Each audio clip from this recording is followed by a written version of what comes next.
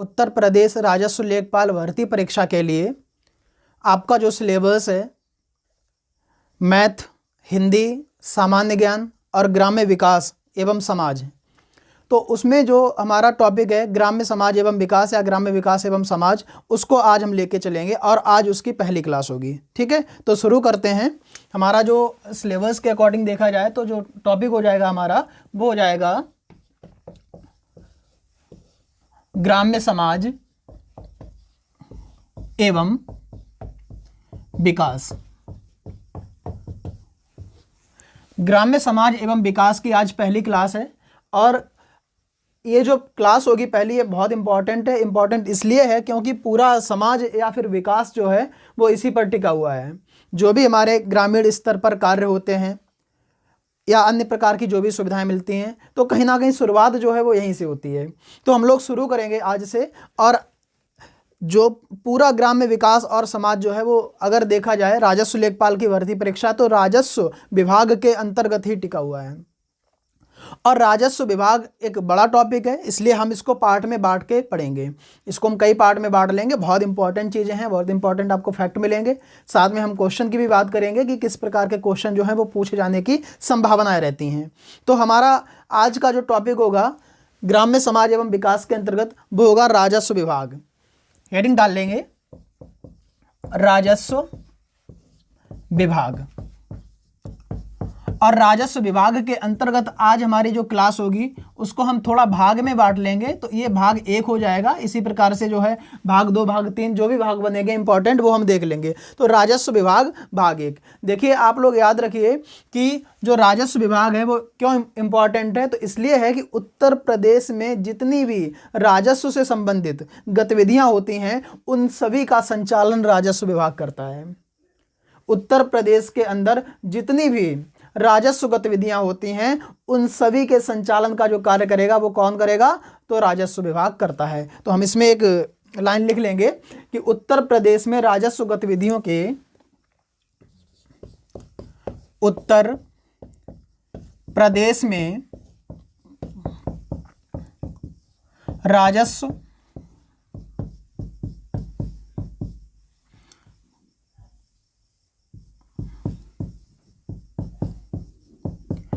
गतिविधियों का संचालन, उत्तर प्रदेश में राजस्व गतिविधियों का संचालन राजस्व विभाग के अंतर्गत आता है। ठीक है, उत्तर प्रदेश में राजस्व गतिविधियों का संचालन राजस्व विभाग के अंतर्गत आता है। दूसरी बात यहाँ पर यह है कि इसमें कई प्रकार की संस्थाएं हैं, लेकिन अगर हम इसमें मुख्य संस्थाओं को देखेंगे तो 5 संस्थाओं से जुड़ा हुआ है हमारा पूरा राजस्व विभाग। ये 5 संस्थाएं कौन कौन सी हैं उनके नाम समझ लेंगे और उनको भी हम लोग जो है डिटेल में पढ़ लेंगे। तो याद रखिए इसके अंतर्गत कुल 5 प्रकार की संस्थाएं हैं।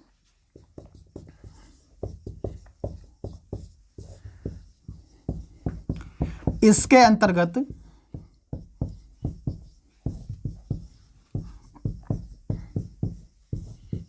कुल 5 प्रकार की संस्थाएं आती हैं।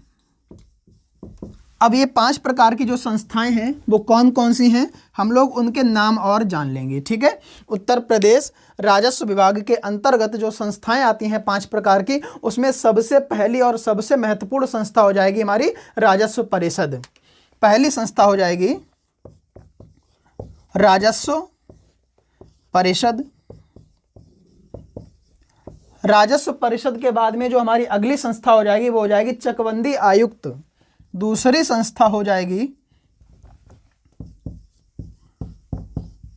चकबंदी आयुक्त। चकबंदी आयुक्त के बाद में अगली जो हमारी महत्वपूर्ण संस्था हो जाएगी वो हो जाएगी राहत आयोग या फिर राहत आयुक्त। राहत आयुक्त। राहत आयुक्त के बाद में जो हमारी अगली यानी कि चौथी संस्था हो जाएगी जिसका नाम हो जाएगा भूमि निदेशक। भूमि निदेशक, और भूमि निदेशक के बाद में अंतिम संस्था हमारी प्रमुख हो जाएगी प्रमुख जिला संपादक।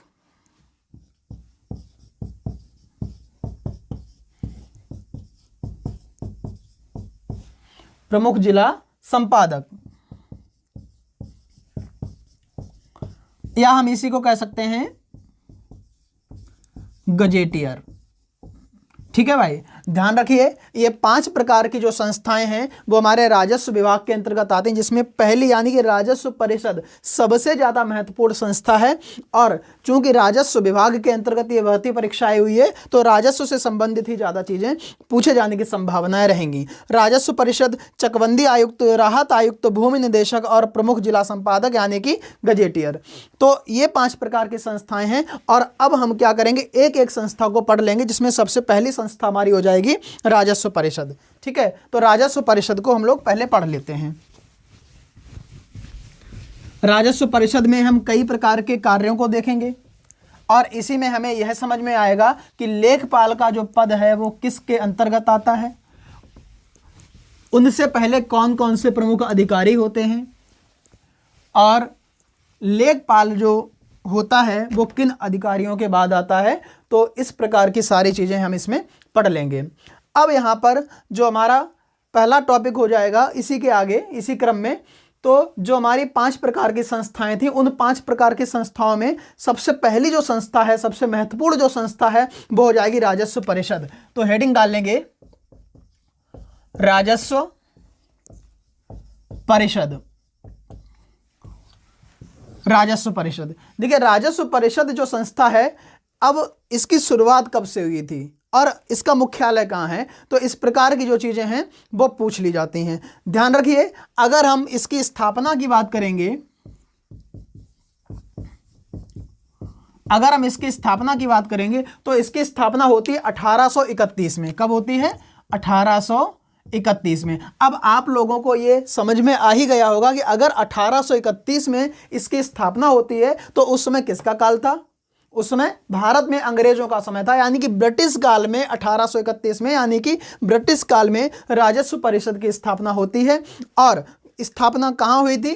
तो याद रखिए स्थापना कहाँ हुई थी? तो प्रयागराज में। ठीक है, हालांकि उस समय इलाहाबाद नाम था, ठीक है, और वर्तमान में जो नाम हो जाएगा वो प्रयागराज हो जाएगा। तो प्रयागराज यानी कि हम कह सकते हैं इलाहाबाद में जो है इसकी स्थापना हुई थी। अब यहाँ पर मुख्य कार्य इसके क्या होते हैं? तो याद रखिए प्रदेश में माल गुजारी एवं राजस्व न्याय की यह सबसे बड़ी संस्था है। ठीक है, ध्यान देंगे,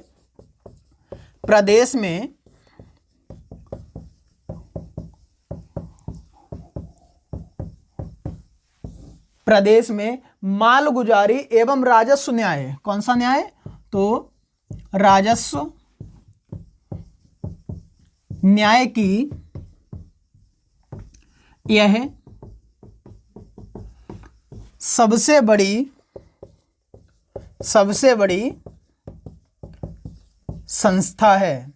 ठीक है, हमारे उत्तर प्रदेश में सबसे बड़ी ये किसकी संस्था हो जाएगी? तो राजस्व से संबंधित जो न्याय होता है उसकी सबसे बड़ी संस्था हो जाएगी। साथ में माल गुजारी, यानी कि जो भी कर होता है, टैक्स होता है, उससे संबंधित जो चीज़ें होती हैं, तो यहाँ पर माल गुजारी और राजस्व न्याय की सबसे बड़ी संस्था जो है वो हो जाएगी। ठीक है, अब इसी क्रम में हम लोग समझेंगे कि जो राजस्व परिषद है तो राजस्व परिषद के कार्यों को 2 भागों में बांट लिया गया।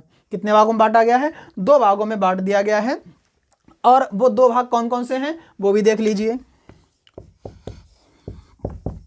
राजस्व परिषद के कार्यों को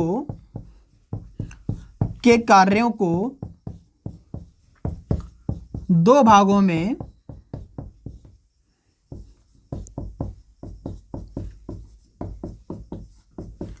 विभाजित किया गया। ठीक है, 2 भागों में जो है विभाजित किया जाता है। ध्यान दीजिए, राजस्व परिषद के कार्यों को 2 भागों में विभाजित किया गया, जिसका पहला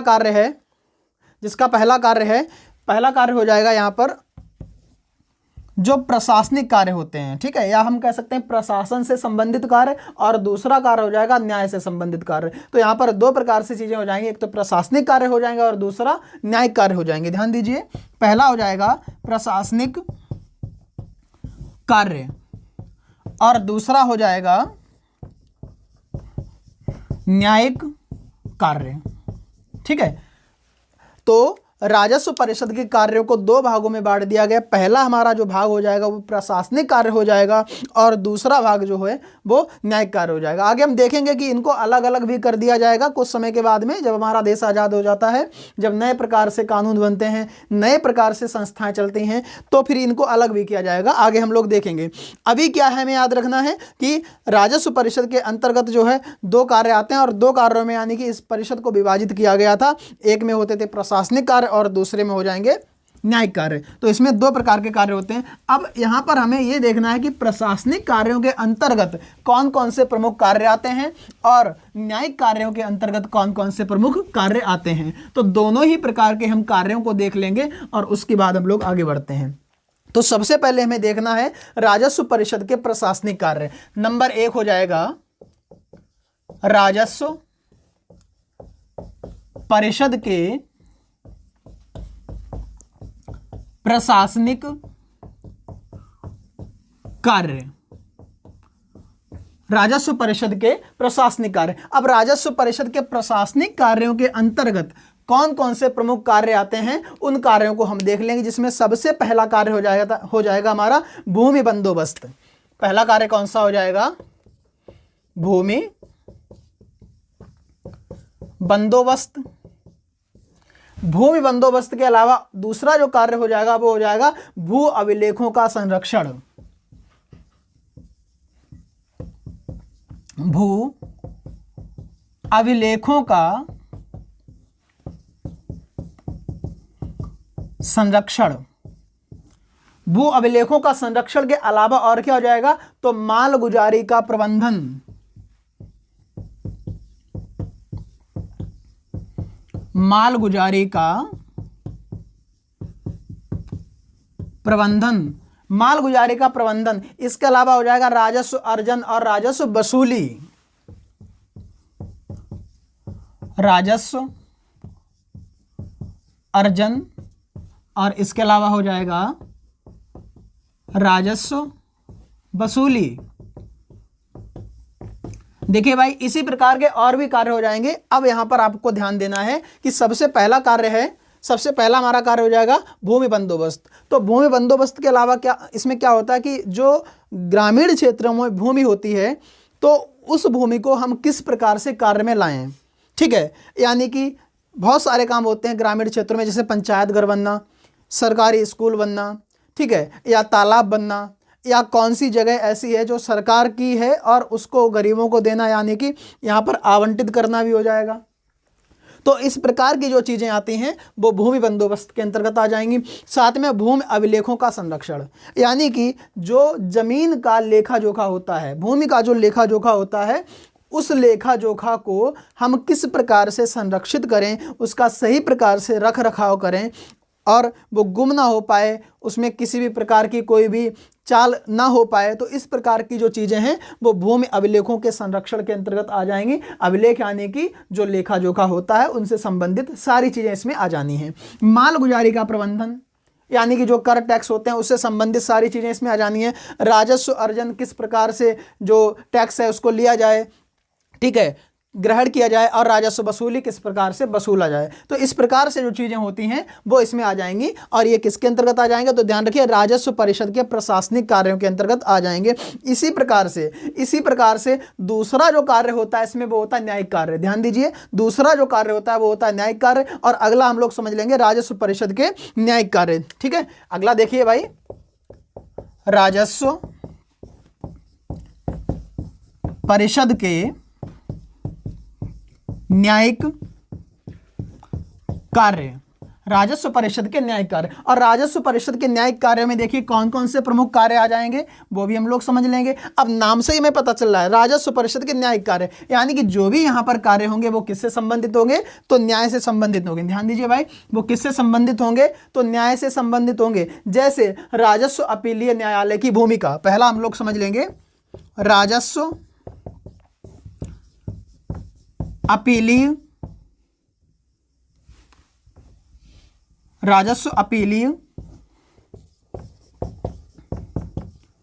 न्यायालय की भूमिका। ध्यान दीजिए, राजस्व अपीलीय न्यायालय की भूमिका। देखिए भाई, अगर हम भारत में देखें तो सबसे बड़ा जो हमारा अपीलीय न्यायालय है वो उच्चतम न्यायालय है।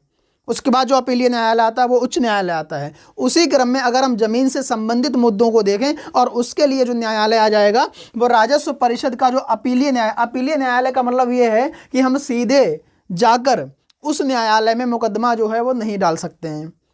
पहले छोटे स्तर पर कार्रवाई होती है, जब वहाँ पर कार्रवाई पूरी नहीं हो पाती है या फिर वहाँ से ऑर्डर दिया जाता है उसके बाद हम अपील कर सकते हैं बड़े न्यायालय में। जैसे किसी भी प्रकार का कोई मामला होता है तो सबसे पहले हम जाते हैं अपने ज़िले के न्यायालय में। अगर हम ज़िले के न्यायालय के न्याय से संतुष्ट नहीं हैं तो हम जाएंगे कहाँ पर, उच्च न्यायालय में। उसी प्रकार से अगर हम उच्च न्यायालय के न्याय से संतुष्ट नहीं है तो अंतिम हमारे पास जो ऑप्शन बचता है वो बचता है उच्चतम न्यायालय का। तो हम वहाँ पर अगर जाते हैं और वहाँ का अंतिम फैसला ही हमारा फैसला माना जाएगा। अगर वहाँ के फैसले को भी हम नहीं मानते हैं तो एक प्रकार का ये दंडनीय अपराध होता है। लेकिन ज़मीन से संबंधित जो न्याय होते हैं वो राजस्व अपीलीय न्यायालय की भूमिका को समझना होता है। वहाँ पर जो है न्याय जो भी प्रकार होगा उसका, या राजस्व से संबंधित जो भी प्रकार होगा उसकी भूमिका को हमें समझना होगा।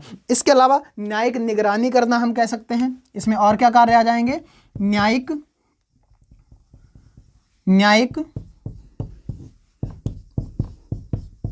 निगरानी करना। अब न्यायिक निगरानी करना का मतलब क्या है कि किसी प्रकार से चाल चपट ना हो पाए वहाँ पर, ठीक है। जो भी वहाँ पर पीड़ित हैं तो उनको सही प्रकार से न्याय मिले। न्याय से संबंधित किसी भी प्रकार से ये ना हो पाए कि किसी निर्दोष को जो है किसी प्रकार की कोई सज़ा दे दी गई है। तो न्याय से संबंधित यहाँ पर जो भी दस्तावेज हैं या फिर कोई व्यक्ति विशेष है या ज़मीन से संबंधित जो भी विवाद है या ज़मीन है तो उन सभी की निगरानी होना अनिवार्य है या निगरानी सही प्रकार से होनी चाहिए। तो इस प्रकार के जो कार्य हैं वो कहाँ पर आ जाएंगे, तो न्यायिक कार्यों के अंतर्गत आ जाएंगे। तो दोस्तों आप लोग समझ गए होंगे यहाँ पर दो प्रकार के कार्य हैं। पहला है राजस्व परिषद के प्रशासनिक कार्य जिसमें इतनी सारी चीज़ें प्रशासन से संबंधित आ जाती हैं, और दूसरा हो जाएगा राजस्व परिषद के न्यायिक कार्य। तो न्यायिक कार्यों में जो है मुख्य रूप से न्याय से संबंधित ही सारी चीज़ें आती हैं। अब एक चीज़ और समझिए इसके बाद में, देखिए इसके आगे हम लोग बढ़ते हैं इसी क्रम में।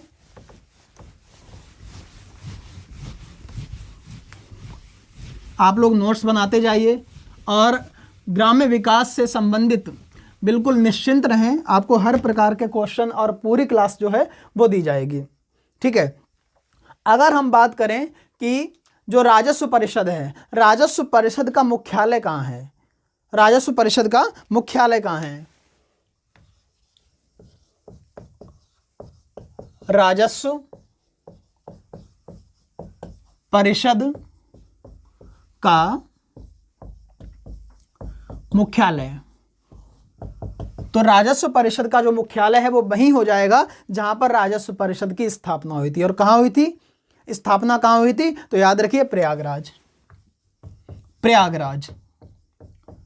प्रयागराज में स्थापना होती है और यहीं पर इसका जो है मुख्यालय हो जाएगा। अब देखिए हम अगर आगे बढ़ते हैं तो हमारा देश कब आज़ाद होता है, तो 1947 में आज़ाद होता है। 1947-48 में क्या होता है कि नया मंत्रिमंडल जो है वो आता है और नए सिरे से हमारे भारत देश में काम होना शुरू होता है। तो उसी समय क्या किया गया, स्वतंत्रता के बाद में यानी कि 1947-48 में जो राजस्व परिषद के प्रशासनिक और न्यायिक कार्य थे इनको अलग अलग पूरी तरीके से कर दिया गया। पहले साथ में कार्य हो जाते थे, लेकिन अब यहां पर क्या बदलाव आता है कि 1947-48 में राजस्व परिषद के न्यायिक और प्रशासनिक कार्यों को अलग अलग कर दिया गया। हम लिख लेते हैं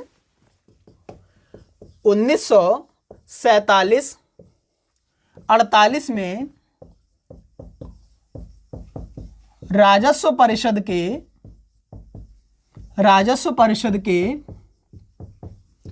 प्रशासनिक, कौन से कार्य, प्रशासनिक एवं न्यायिक, दोनों प्रकार के कार्यों की बात हो रही है। राजस्व परिषद के प्रशासनिक एवं न्यायिक कार्यों को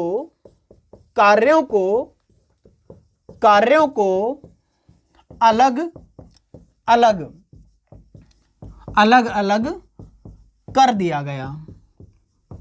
ठीक है, दोनों ही प्रकार के जो कार्य हैं उनको अलग अलग कर दिया जाता है। 1947-48 में राजस्व परिषद के प्रशासनिक एवं न्यायिक कार्यों को अलग अलग कर दिया गया। दूसरी बात यह है कि वर्तमान की अगर हम बात करेंगे तो राजस्व परिषद की जो प्रशासनिक इकाई है, राजस्व परिषद की, ध्यान दीजिए, राजस्व परिषद की दो इकाइयां हैं, एक तो है प्रशासनिक और दूसरी कौन सी है, न्यायिक।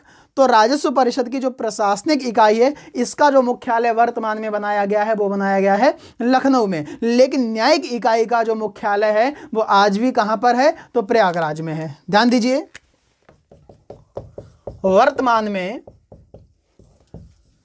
वर्तमान में राजस्व परिषद की प्रशासनिक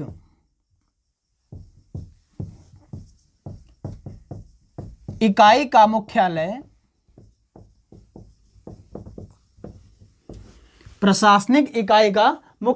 कहां है, लखनऊ में है।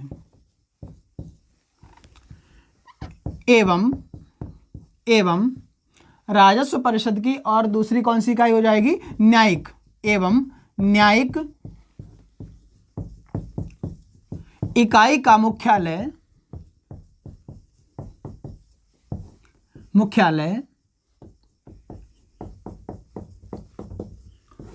प्रयागराज में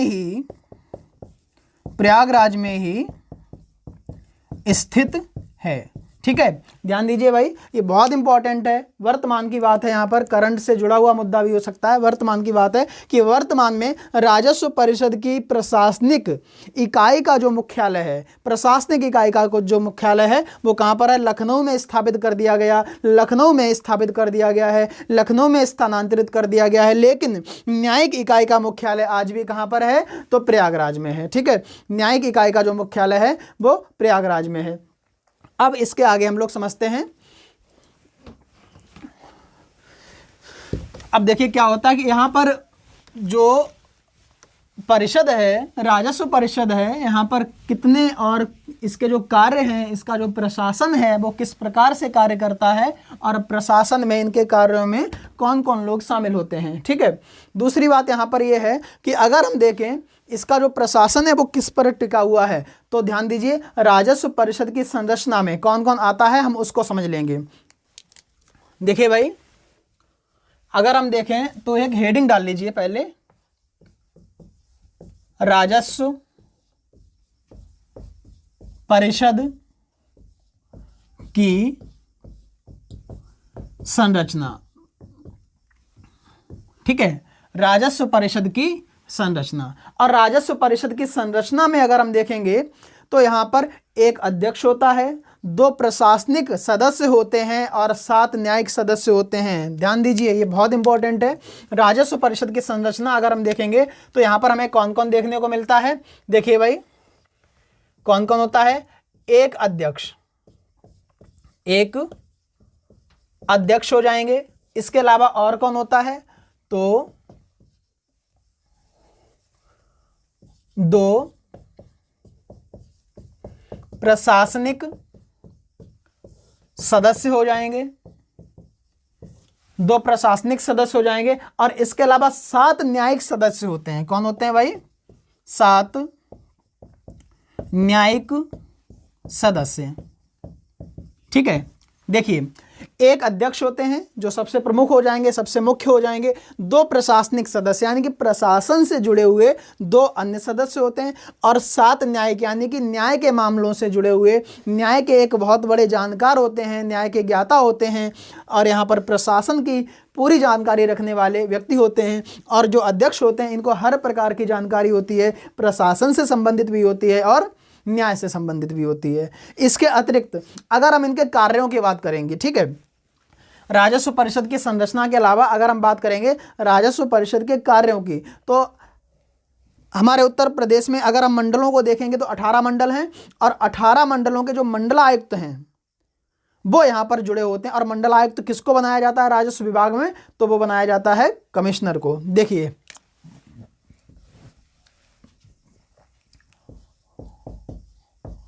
राजस्व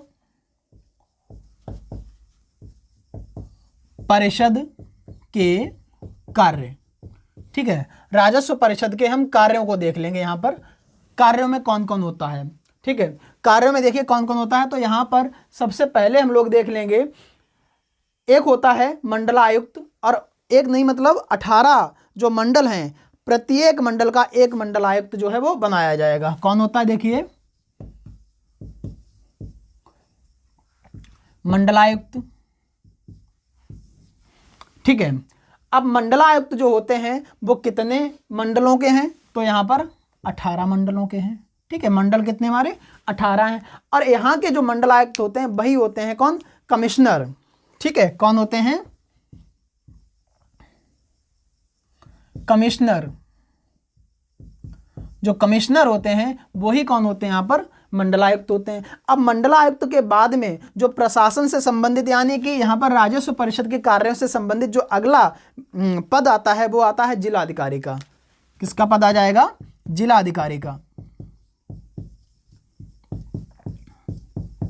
अब जिलाधिकारी यानी कि 75 जिले हैं, तो लगभग 75 जिलाधिकारी जो हैं वो इसके अंतर्गत आ जाएंगे, और जिनको हम क्या कहते हैं, डीएम बोलते हैं। यहाँ पर डीएम साहब आ जाएंगे। इसी के साथ में अगर हम अगला जो पद देखेंगे इसके बाद में, वो हो जाता है अपर जिलाधिकारी। अगला पद हो जाएगा अपर जिलाधिकारी।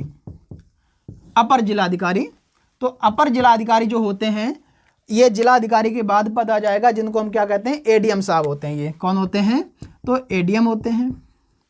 अपर जिलाधिकारी के बाद में जो अगला पद आता है इसी क्रम में, वो आता है उप जिलाधिकारी का। किसका आ जाएगा, उप जिलाधिकारी,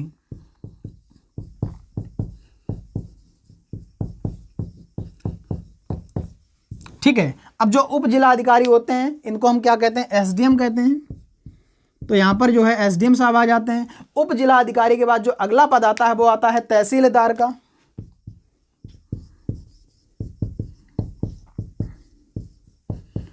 तहसीलदार का आता है। तहसीलदार के बाद अगला पद आता है नायब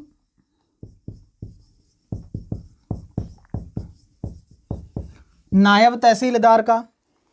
नायब तहसीलदार के बाद में जो अगला पद आता है वो आता है राजस्व निरीक्षक का। किसका आ जाएगा, राजस्व निरीक्षक, ठीक है। अगला पद आ जाएगा राजस्व निरीक्षक, और राजस्व निरीक्षक के बाद में जो अगला पद आता है वो आता है लेखपाल का। किसका आता है, लेखपाल का, ठीक है। ध्यान रखिए इनके बाद में जो अगला पद आ जाएगा वो आ जाता है लेखपाल का, और हमें तैयारी किसकी करनी है, लेखपाल की तैयारी करनी है। तो ध्यान दीजिए भाई, अगर हम राजस्व परिषद की संरचना की बात करेंगे तो ये देखिए संरचना में कौन कौन जुड़ा होता है। एक अध्यक्ष होते हैं, 2 प्रशासनिक सदस्य होते हैं, और 7 जो है न्यायिक सदस्य होते हैं। इसके अलावा राजस्व परिषद के अगर हम कार्यों की बात करेंगे तो इसमें मंडलायुक्त होते हैं। 18 जो मंडल हैं उनके मंडलायुक्त होते हैं, जिनको जो मंडलायुक्त होते हैं उसमें कमिश्नर को जोड़ा जाता है। इसके बाद जो है जिलाधिकारी आते हैं, 75 जिलों के जो जिलाधिकारी होते हैं यानी कि डीएम साहब होते हैं, उनको जोड़ा जाता है। इसके बाद में अपर जिलाधिकारी होते हैं यानी कि एडीएम साहब होते हैं। उसके बाद उप जिलाधिकारी होते हैं यानी कि एसडीएम साहब होते हैं। उसके बाद तहसीलदार का पद आता है। उसके बाद नायब तहसीलदार का पद आता है। उसके बाद राजस्व निरीक्षक का पद आता है, और अंत में आता है लेखपाल का पद। तो लेखपाल का पद इतनी बाद में आता है, इसका मतलब ये नहीं कि इसका कोई महत्व नहीं, इसका इतना महत्व है कि जमीन से जुड़ा हुआ व्यक्ति यही होता है। जो भी मामले होते हैं उनसे सही प्रकार से अगर देखा जाए तो वहाँ से जुड़ा हुआ व्यक्ति यही होता है, लोगों से जुड़ा हुआ व्यक्ति यही होता है। और इसका जो काम होता है ना, उस काम को ये चेक तो कर सकते हैं, लेकिन इसका लिखा हुआ आसानी से मिटाया नहीं जा सकता है, क्योंकि यहाँ पर जो कार्य होता है वो बहुत बड़ी जिम्मेदारी का कार्य होता है। यहाँ पर लेखा जोखा इनके हाथ से जो होता है वो बहुत बड़ी जिम्मेदारी के साथ में होता है। तो ये पद बहुत महत्वपूर्ण पद है। अब देखिए इसके बाद में ये है कि जो हमारे विभाग हैं, प्रशासनिक इकाइयां हैं और न्यायिक इकाइयां हैं, तो इसमें कुछ बदलाव ये किए गए थे। बदलाव का मतलब ये कि इसमें इनके सहयोग के लिए कुछ और चीज़ें जोड़ी गई हैं, और जो चीज़ें जोड़ी गई हैं हम उनको और समझ लेंगे कौन कौन सी प्रमुख चीज़ें जो हैं वो जोड़ी गई हैं। तो एक हेडिंग डाल लेंगे, राजस्व परिषद के अनुभाग। राजस्व परिषद के अनुभाग। राजस्व परिषद के अनुभाग, ध्यान दीजिए भाई, ये बहुत इंपॉर्टेंट है। राजस्व परिषद की जो लखनऊ स्थित प्रशासनिक इकाई है उसके द्वारा या उसकी सरलता के लिए या उसके कामों को बांटने के लिए 19 अनुभागों को जोड़ा गया है और 14 प्रकोष्ठों को जोड़ा गया है। ध्यान दीजिए, राजस्व परिषद की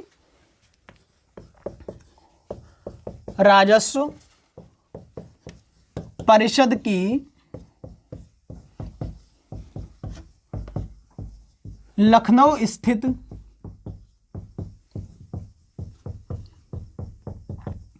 प्रशासनिक इकाई के अंतर्गत क्या क्या बदलाव किए गए हैं या फिर क्या क्या जोड़ा गया है। तो 19 अनुभाग के अलावा अगर हम और देखेंगे तो 14 प्रकोष्ठ।